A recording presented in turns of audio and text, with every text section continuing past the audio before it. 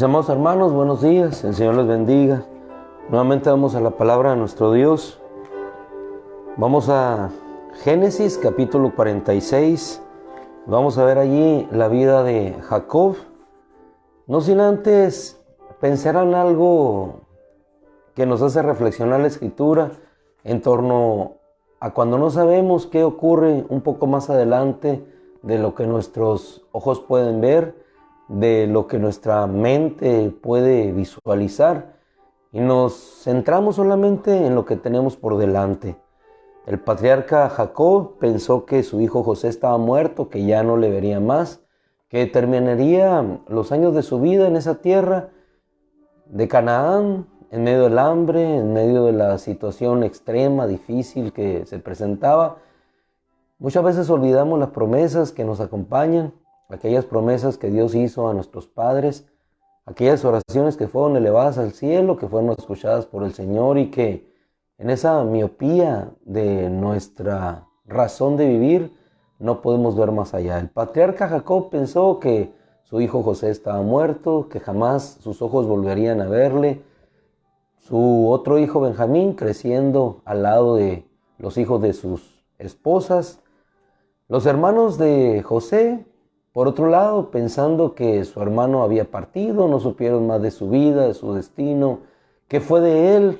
Probablemente pensaron que murió en los campos de Egipto como esclavo, sometido a padecimientos. Jamás pensaron que su hermano, llevado en ese propósito de Dios, habría de cumplir una obra de liberación, una obra de bendición, no solamente para ellos, sino para su padre también y para las futuras generaciones. José, por otro lado, en Egipto, no pensó, sino sencillamente en lo que tenía por delante. Y Dios envolviendo a todos en ese plan, llevado en ese propósito, más allá de lo que podemos entender, más allá de lo que podemos ver, llegamos a un punto de la historia de este pueblo de Israel, de esta familia, porque Dios obra en propósitos particulares, obra en propósitos de familia, obra en propósitos de naciones, obra en propósitos más allá de lo que nuestra mente puede concebir.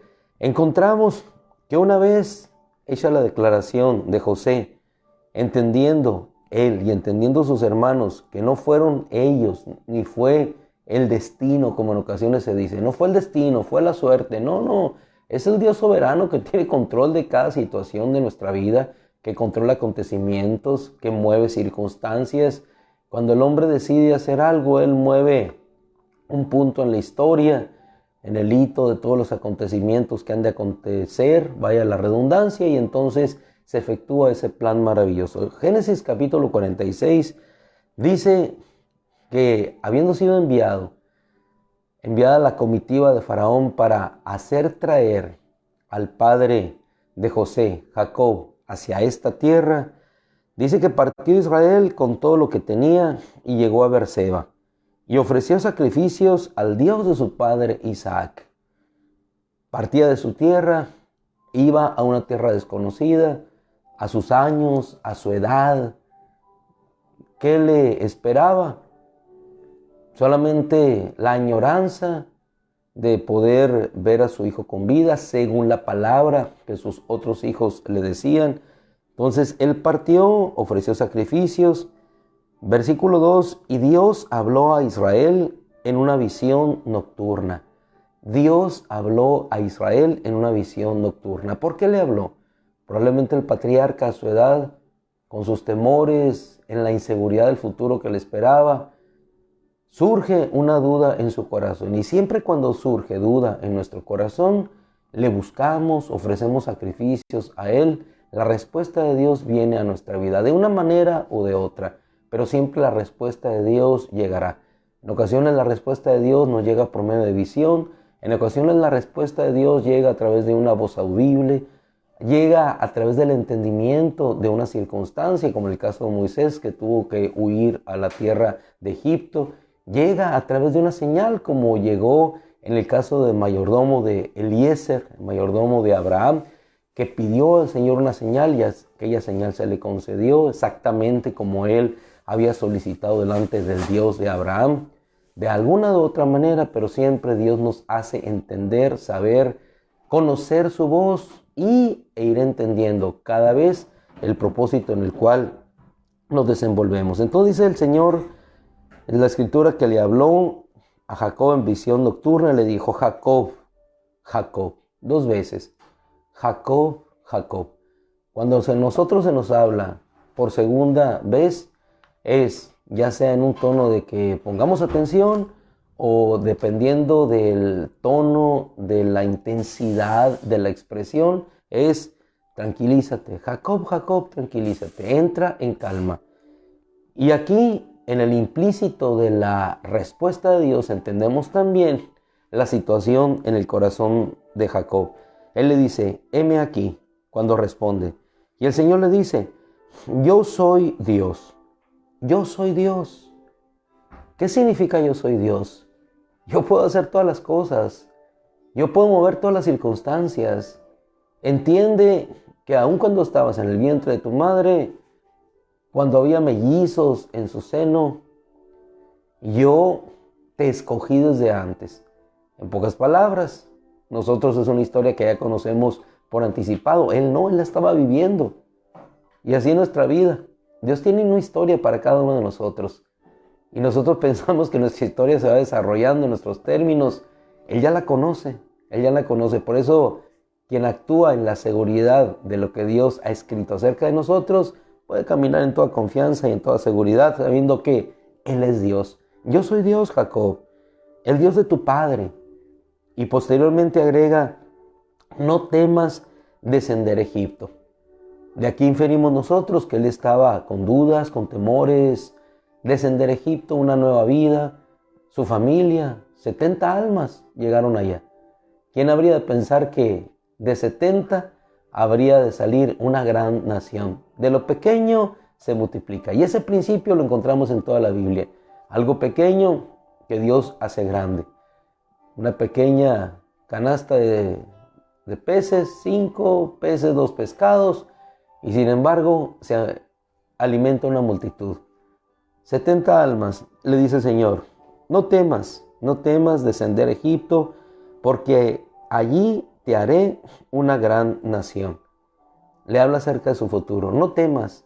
Y cuando el Señor habla en nuestra vida, nos dice: no temas, entonces podemos cobrar confianza para seguir adelante y podemos entender que caminamos no solamente en las promesas de Dios, sino también en ese propósito eterno que Él tiene para todos nosotros. Pero lo más importante, en el versículo 4, que dice: yo descenderé contigo a Egipto. Yo descenderé contigo a Egipto. Estas palabras, no temas, yo descenderé, yo estaré contigo, son las mismas palabras que escuchó Moisés. Ve a Faraón, yo voy a estar contigo, yo soy el que soy. Son las mismas palabras que escuchó Josué. Levántate, esfuérzate, sé valiente. Mi siervo Moisés ha muerto. Estaré contigo a donde quiera que vayas. Esfuérzate. Nunca se aparte de ti este libro de la ley. Prosperarás a donde quiera que vayas. Todo lo que pise la planta de tu pie será tuyo. Yo estoy contigo, no temas. Y las mismas palabras de nuestro Señor Jesús en el Nuevo Testamento: yo estoy con ustedes todos los días hasta el fin del mundo. Todos los días. No temamos entonces. Dice: yo descenderé contigo a Egipto, y ciertamente yo también te haré volver. ¿Volvería con vida? No. El Señor le habla y le dice: y José cerrará tus ojos. José cerrará tus ojos. En pocas palabras, su nacer, su morir en manos de nuestro Dios. Tu hijo José, ¿qué más certeza quería José de que Dios le haya hablado? Si no le creyó a sus hermanos, hermanos amados, si no le creyó a sus hijos, hermanos, le creyó a Dios. José estaba vivo. ¿Cuál era la mayor seguridad? Que no solamente lo encontraría, sino que su hijo José cerraría sus ojos. Y efectivamente así aconteció.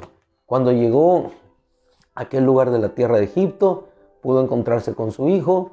Su hijo le abrazó, lloró, igual que lo hizo con Benjamín. Y si nos trasladamos, por favor, al capítulo final ya del Génesis, para cerrar hoy la historia y el propósito de José, encontraremos Efectivamente, así sucedió. Cuando muere José, cuando muere Jacob, antes de bendecir a sus hijos, dice que hicieron todos una gran lamentación cuando su padre murió. Pero José pidió a Faraón, capítulo 50 de Génesis, pidió a Faraón diciendo: mi padre me hizo jurar diciendo, he aquí voy a morir en el sepulcro que cavé para mi tierra en Canaán, allí me sepultarás. Luego entonces José solicita a Faraón permiso para ir a sepultar a su padre, permiso que le es concedido. Entonces salió un cortejo grande, de tal manera que los que estaban en aquella región dijeron que había gran dolor entre los egipcios, llamaron a aquel lugar Abel Misraim, es decir, un dolor grande, y Misraim se duele. José cierra los ojos de su padre, finaliza esa historia y aquel cuerpo es embalsamado y llevado efectivamente, como le dijo el Señor, regresarás a tu tierra. No regresó con vida, pero regresó al lugar que Dios le había destinado.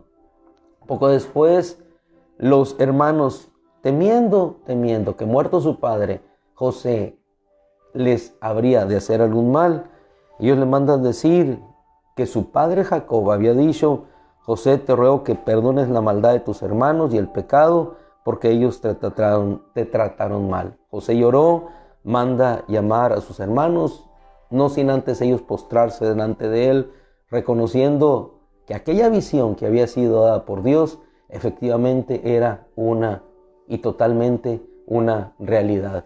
Aquel sueño que tuvo José no fue un sueño humano, no fue un sueño producto de su anhelo, de su deseo. Fue un sueño, una visión que Dios le dio, y entonces él pudo ver hoy cumplido ese propósito que años atrás había sido solamente una palabra de parte de Dios, un sueño de parte de Dios, pero que hoy se veía cumplido. Le dice él que son palabras que a nosotros hoy nuevamente nos llenan. No teman, ¿acaso yo, versículo 19 del capítulo 50, acaso yo estoy en lugar de Dios? Y esta palabra, mi amado, debe llenar siempre nuestro corazón. ¿Puede estar el hombre en lugar de Dios para hacer algo que Dios ha determinado que no se haga? En aquel caso, cuando el pueblo de Israel iba ya en caminos a la tierra prometida, Balaam quiso maldecir al pueblo, pero él tornó el Señor aquellas maldiciones en bendiciones. En este caso eran los hermanos quienes hicieron mal a José, pero él dice: no teman, ¿acaso yo estoy en lugar de Dios? El hombre podrá decidir algo, podrá querer hacer alguna cosa, pero Dios es el que toma la última decisión al final y que decide qué es lo que se hará con cada uno de nosotros. Jacob, vas a descender a Egipto, allí voy a estar yo contigo y regresarás a la tierra en Canaán, y allá antes de que José ya haya cerrado tus ojos, entonces tú regresarás. Versículo 21, él les dice a sus hermanos, José, regresando al punto de la historia de José con sus hermanos: ahora pues no teman, no teman, no teman. Yo les proveeré para ustedes y para sus hijos. Y los consoló y les habló cariñosamente. Les habló cariñosamente. Después José les dijo a sus hermanos en el verso 24: yo voy a morir. Se levantó otra generación, pero ciertamente Dios los cuidará. ¿Quién te cuida, hermano? Los hermanos de José pensaron que José les iba a cuidar. Yo les voy a seguir proveyendo mientras yo esté con ustedes. Pero cuando los padres ya no estemos, cuando no representemos la seguridad para nuestros hijos que representamos hasta este momento, Dios cuidará de ellos. Dios nos deja hasta el momento en que ellos pueden encontrar seguridad solamente en aquel que puede darla, nuestro Dios. Y aún así, cuando hay niños que se quedan sin padres, dice el Señor: yo soy el protector, del huérfano y de la viuda. Así es que la justicia de Dios siempre protege al débil. Pero hermosamente le dice el Señor, nos dice el Señor por medio de José, yo voy a morir, pero Dios ciertamente cuidará y los hará subir de esta tierra a la tierra que Él prometió en juramentos a Abraham, a Isaac y Jacob. Y efectivamente así sucedió. Un salmo para finalizar, Salmo 48, versículo 14. Porque este es Dios, dice el salmista. Este es Dios. Es uno de los hijos de Coré. Porque este es Dios, nuestro Dios por siempre, jamás, o por siempre y para siempre. El versículo 14 final nos dice, Él nos guiará hasta la muerte, hasta la muerte. Dios nos guiará hasta la muerte. Versión Peshita, versión Reina Valera 60, dice, nos guiará más allá de la muerte, más cercano al original, nos guiará hasta la muerte, para quedar allí, porque después de la muerte estaremos con Él. Hermano, cerramos sabiendo que más allá de lo que podemos ver, ya hay un defecto de la visión que se llama miopía, y la miopía no nos permite ver sino solamente lo inmediato, no nos permite ver más allá.